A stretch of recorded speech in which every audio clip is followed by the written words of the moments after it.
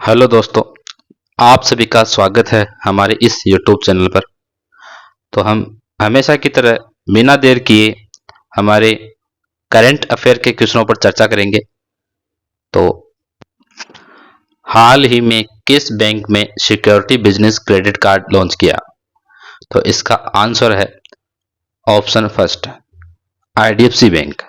इसका आंसर होगा IDFC bank.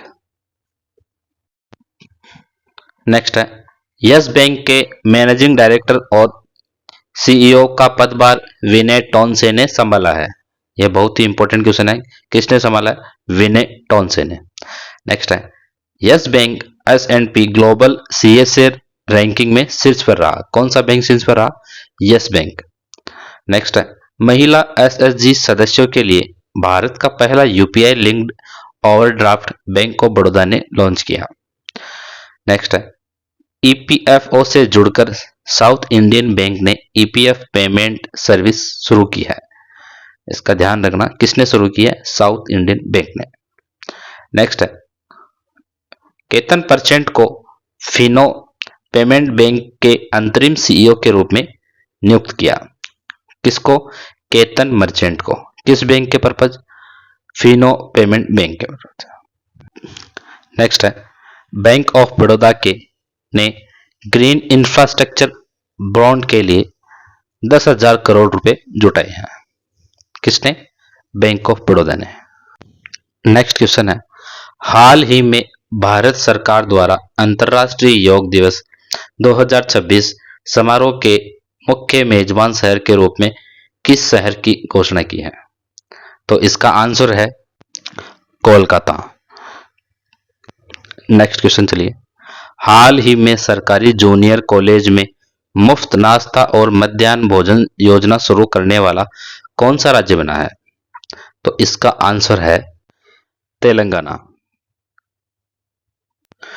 दोस्तों, बात आई है तेलंगाना राज्य की, तो हम तेलंगाना से संबंधित जितने भी क्वेश्चन बनते हैं हमारे एग्जाम के पर्सपेक्टिव से, उन सब पर भी चर्चा करेंगे। तो सबसे पहले चर्चा करेंगे तेलंगाना के मुख्यमंत्री कौन है। तो तेलंगाना के मुख्यमंत्री है रेवंत रेड्डी। नेक्स्ट है, तेलंगाना के राज्यपाल कौन है? तेलंगाना के राज्यपाल है शिव प्रसाद शुक्ला। नेक्स्ट है, तेलंगाना की राजधानी, तो आपको पता ही है इसकी राजधानी तो हैदराबाद है। तेलंगाना की चपाता मिर्च को GI टैग मिला है। यह टमाटर के आकार की होने के कारण इसको टमाटर मिर्च भी कहा गया है। दोस्तों, बहुत ही इंपॉर्टेंट क्वेश्चन है। तेलंगाना की बात आई तो तेलंगाना की कौन सी मिर्च को GI टैग मिला है? या सीधा क्वेश्चन आ सकता है, तेलंगाना में किस चीज को GI टैग मिला है? तो इसका आंसर है चपाता मिर्च। और इसका एक क्वेश्चन ये भी पूछ सकते हैं कि चपाता मिर्च का अन्य नाम क्या है? तो इसका नाम है टमाटर मिर्च। तेलंगाना से संबंधित अन्य कुछ क्वेश्चन है इंपॉर्टेंट, वो भी देख लेते हैं एक बार। प्रधानमंत्री मोदी जी ने हैदराबाद में अत्याधुनिक सुविधाओं से युक्त सिंधु हॉस्पिटल का उद्घाटन किया है। कौन से हॉस्पिटल का? सिंधु हॉस्पिटल का। आपको सीधा सीधा क्वेश्चन आएगा, सिंधु हॉस्पिटल का संबंध किस राज्य से है या किस शहर से है? तो आपको ध्यान रखना हैदराबाद। नेक्स्ट है, स्काई रूट एरोस्पेस के विक्रम फर्स्ट रॉकेट को हैदराबाद पे लॉन्च किया गया। तो इसका क्वेश्चन आएगा, विक्रम फर्स्ट रॉकेट कहाँ लॉन्च किया गया? तो इसका आंसर होगा सीधा सीधा सा हैदराबाद। और कौन से एरोस्पेस में? इसका आंसर है स्काई रूट एरोस्पेस के विक्रम फर्स्ट रोबोट। नेक्स्ट है, हाईवे पर इंटीग्रेटेड ट्रॉमा केयर के लिए तेलंगाना में प्रोजेक्ट संजीवनी लॉन्च किया गया। तो ध्यान रखना है, इसका क्वेश्चन आएगा प्रोजेक्ट संजीवनी किस राज्य से संबंधित है? तो इसका आंसर होगा तेलंगाना राज्य। नेक्स्ट है, रबी प्रीमियर लीग का सेकंड संस्करण हैदराबाद में आयोजित किया जाएगा। तो अभी हुआ नहीं है इसका, अब होगा। कहां? हैदराबाद में। और कौन सा संस्करण? दूसरा संस्करण। और किस खेल का? रबी प्रीमियर लीग का। ध्यान रखना। नेक्स्ट है, तेलंगाना सरकार ने कैंसर को नोटिफिकेशन करने योग्य बीमारी घोषित किया है। बहुत ही इंपॉर्टेंट क्वेश्चन है। नेक्स्ट है, तेलंगाना सरकार ने एकीकृत भूमि रिकॉर्ड प्रबंधन और पंजीकरण के लिए भू आरती पोर्टल लॉन्च किया है। तो इसका सीधा क्वेश्चन आएगा, भू आरती पोर्टल किस राज्य से संबंधित है? तो इसका आंसर होगा तेलंगाना राज्य से संबंधित। नेक्स्ट, हाल ही में 29 मई 2026 को किस देश ने 19वां गणतंत्र दिवस मनाया है? तो ये बहुत ही इंपॉर्टेंट क्वेश्चन है। इसका आंसर होगा नेपाल। इसका आंसर है नेपाल। दोस्तों, नेपाल देश ने 29 मई 2026 को अपना 19वां गणतंत्र दिवस मनाया है। बहुत ही इंपॉर्टेंट क्वेश्चन है, क्योंकि अभी हाल ही में यहाँ पर सत्ता पलट हुआ था नेपाल में। तो आपको ये क्या है कि चर्चा में है अभी क्वेश्चन, तो आपको ध्यान रखना है इस क्वेश्चन का। तो अब बात आई है नेपाल की, तो नेपाल से संबंधित अन्य फैक्ट पर भी चर्चा करते हैं हम। नेपाल की राजधानी है काठमांडू। नेपाल की मुद्रा है नेपाली रूपी। नेपाल के राष्ट्रपति है रामचंद्र पौडेल। नेपाल के प्रधानमंत्री है वर्तमान के बालेंसा है। सूर्य किरण नामक युद्धाभ्यास भारत और नेपाल के बीच में होता है। तो आपको सीधा सीधा क्वेश्चन आएगा, भारत और नेपाल के बीच में होने वाला युद्धाभ्यास का नाम क्या है? तो इसका आंसर होगा सूर्य किरण। नेक्स्ट है, नेपाल के कामिरिता शेरपा, जो आपको इस फोटो में मेल यानी पुरुष दिख रहे हैं, उनका नाम है कामिरिता शेरपा। इन्होंने 32 बार माउंट एवरेस्ट पर चढ़ाई की है। और जो आपको दिख रही है लाहकपा शेरपा, जो महिला के रूप में आपको दिख रही है, उन्होंने 10 बार माउंट एवरेस्ट पर चढ़ाई की है। दोस्तों, रिकॉर्ड चढ़ाई की है इन्होंने। तो आपको ध्यान रखना है, दोनों का नाम जो सरनेम है वो सेम सा ही है, उनका नाम थोड़ा सा चेंज है, ध्यान रखना, आप कंफ्यूज नहीं होना हमें। तो जो कामिरिता है उन्होंने 32 बार और लाहकपा शेरपा उन्होंने 10 बार माउंट एवरेस्ट की चढ़ाई की है। अब नेपाल सरकार ने ऑनलाइन सट्टेबाजी से संबंधित 7,000 से अधिक एप्लीकेशन और वेबसाइट बंद की है, ध्यान रखना है। नेक्स्ट है, नेपाल की सरकार ने कक्षा 5 तक के बच्चों के लिए सभी व्यापारिक परीक्षाएं खत्म कर दी है। नेक्स्ट है, भूमिका श्रेष्ठ को नेपाल की पहली ट्रांसजेंडर महिला सांसद नियुक्त किया है। ध्यान रखना, बहुत ही इंपॉर्टेंट क्वेश्चन है ये। नेपाल में यमारी त्योहार मनाया जाता है। 300 वर्ष पुराना कार्तिक नाच उत्सव नेपाल में संपन्न हुआ। तो कार्तिक नाच का संबंध किस देश से है? इसका आंसर है नेपाल से। आरबीआई ने नेपाल को भारतीय रुपए में उधार देने की अनुमति दी है, ये भी ध्यान रखना आपको। नेपाल में 5 दिवसीय तिहार उत्सव मनाया गया। तो तिहार उत्सव का संबंध किस देश से है? नेपाल से। नेक्स्ट है, सविता भंडारी नेपाल की पहली महिला अटॉर्नी जनरल बनी है। ध्यान रखना है, नेपाल की पहली महिला अटॉर्नी जनरल कौन बनी है? सविता भंडारी। नेक्स्ट है, हाल ही में यूसीसी विधेयक पारित करने वाला तीसरा राज्य कौन बना है? तो इसका आंसर है आसाम। ध्यान रखना है, आपको सीक्वेंस से पूरा आपको ध्यान रखना है कि यूसीसी विधेयक पारित करने वाला पहला राज्य कौन सा बना है? तो आपको ध्यान रखना है उत्तराखंड। और अगर दूसरा राज्य पूछ ले तो वो बना है गुजरात। और रिसेंटली हाल ही में यूसीसी विधेयक पारित करने वाला तीसरा राज्य कौन सा बना है? तो वो है आसाम। तो आपको सीक्वेंस से भी पूछ सकते हैं एग्जाम में कि पहला, दूसरा, तीसरा सीक्वेंस से बताओ। तो पहला उत्तराखंड, दूसरा गुजरात, तीसरा आसाम। नेक्स्ट है, हाँ, इससे संबंधित आसाम से संबंधित जितने भी जो करंट अफेयर के क्वेश्चन बन सकते हैं आपको, वो मैं आपको डिस्कस करवा देता हूं एक बार। भारत की पहली आर्टिफिशियल इंटेलिजेंस संचालित फिजिकल बैंकिंग सेवा का शुभारंभ गुवाहाटी में किया गया। गुवाहाटी यानी आसाम की कैपिटल। तो ध्यान रखना है, भारत का पहला सैटेलाइट टैग वाला गंगा सॉफ्ट सेल कछुआ काजीरंगा नेशनल पार्क में छोड़ा गया। अमेरिका में निर्यात की गई बक्सा शहद की पहली खेप आसाम से संबंधित है। यानी जो बक्सा शहद की पहली खेप आसाम की अमेरिका में निर्यात की गई है, ध्यान रखना। आसाम की पहली रेडियो जर्नलिस्ट लिली दास का निधन 90 साल की उम्र में हुआ। रेडियो जर्नलिस्ट कहाँ के? आसाम के। कौन? लिली दास। 90 साल की उम्र में उनका निधन हुआ है। नेक्स्ट है, पारंपरिक सुवोरी महोत्सव आसाम में मनाया जाता है। तो आसाम के कल्चर से रिलेटेड ये क्वेश्चन आपको याद रखना है। सुवोरी महोत्सव का संबंध किस राज्य से है? तो तो इसका आंसर होगा आसाम।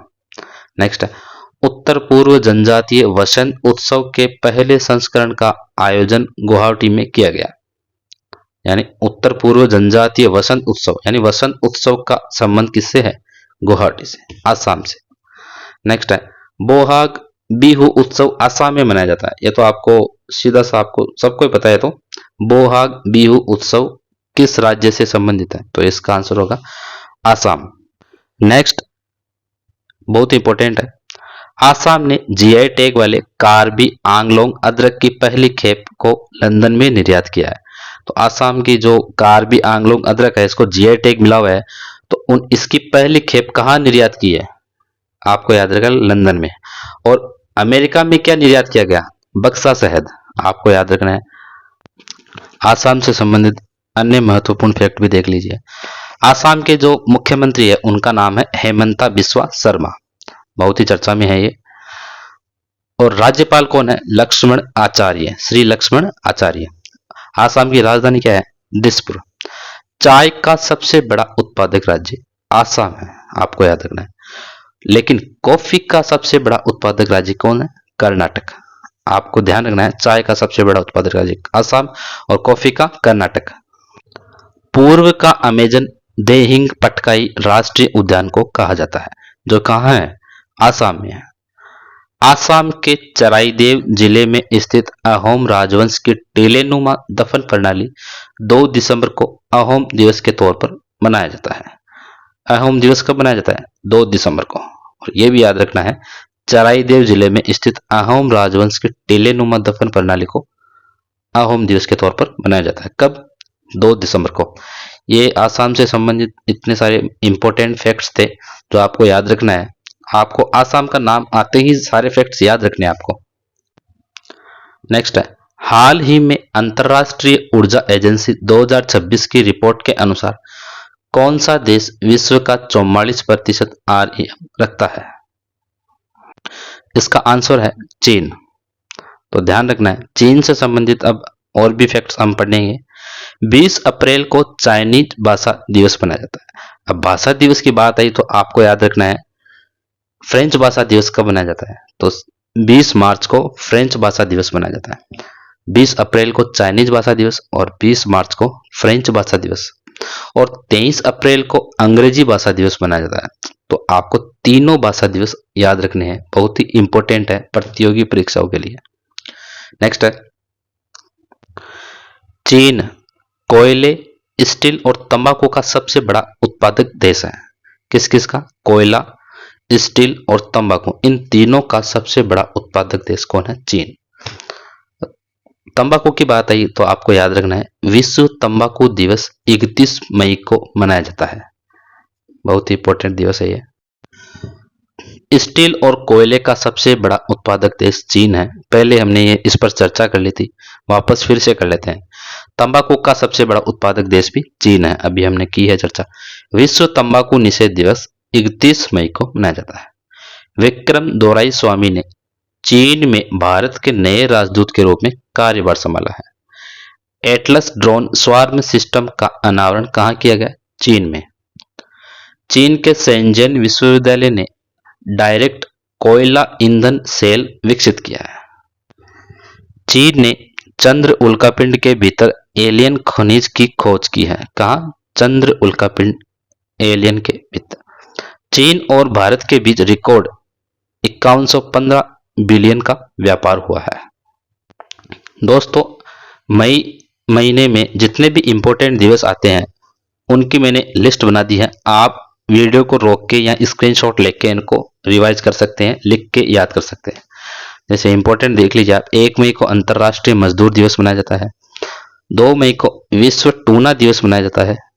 ऐसे ही आपको याद रखना है, जितने भी इंपॉर्टेंट दिवस है ये सारे याद रखने आपको। आप स्क्रीनशॉट ले लेंगे या फिर इसको वीडियो को पॉज करके इनको सबको लिख लेंगे। हाल ही में हिंदी पत्रकारिता दिवस कब मनाया गया? इसका आंसर है 30 मई को, यानी 30 मई को हिंदी पत्रकारिता दिवस मनाया गया। हर साल 30 मई को यह दिवस मनाया जाता है। कौन सा? हिंदी पत्रकारिता दिवस। कब? 30 मई को। नेक्स्ट, यह दिवस भारत के पहले समाचार पत्र उदंड मार्तंड की याद में मनाया जाता है। तो भारत का सबसे पहला समाचार पत्र का नाम क्या है? उदंड मार्तंड। इसकी शुरुआत कब हुई थी? 30 मई 1826 में कलकत्ता में हुई। कहाँ हुई? कलकत्ता में। नेक्स्ट क्वेश्चन है, हाल ही में 30 मई को किस राज्य ने अपना स्थापना दिवस मनाया है? किस राज्य ने 30 मई को अपना स्थापना दिवस मनाया है? इसका आंसर है गोवा, यानी गोवा राज्य ने 30 मई को अपना स्थापना दिवस मनाया है। अब बात आई गोवा की, तो गोवा के जो स्थापना दिवस है, इससे संबंधित जो इतिहास का क्वेश्चन बनता है वो भी आपको याद रखना है। दोस्तों ध्यान रखना आपको, गोवा मुक्ति दिवस 19 दिसंबर को मनाया जाता है।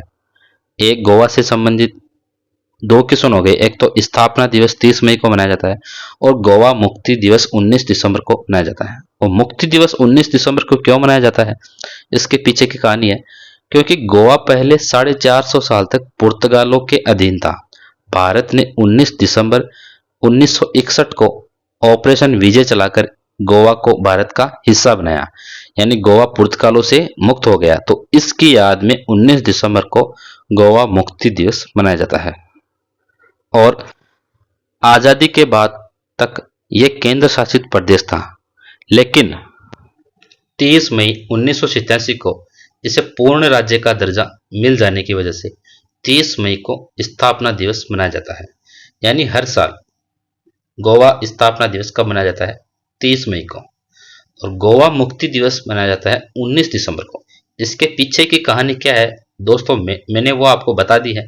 आप वीडियो को पॉज करके या तो नोट्स बना लीजिए या फिर इसको याद रख लीजिए। तो आज की क्लास कैसी लगी आप कमेंट करके ज़रूर बताइए, और चैनल को सब्सक्राइब नहीं किया है अभी तक तो सब्सक्राइब कीजिए, क्योंकि हम आपके लिए डेली करंट अफेयर्स के क्वेश्चन लाते रहेंगे ताकि आपको आगे आने वाली परीक्षाओं में दिक्कत ना झेलनी पड़े। धन्यवाद।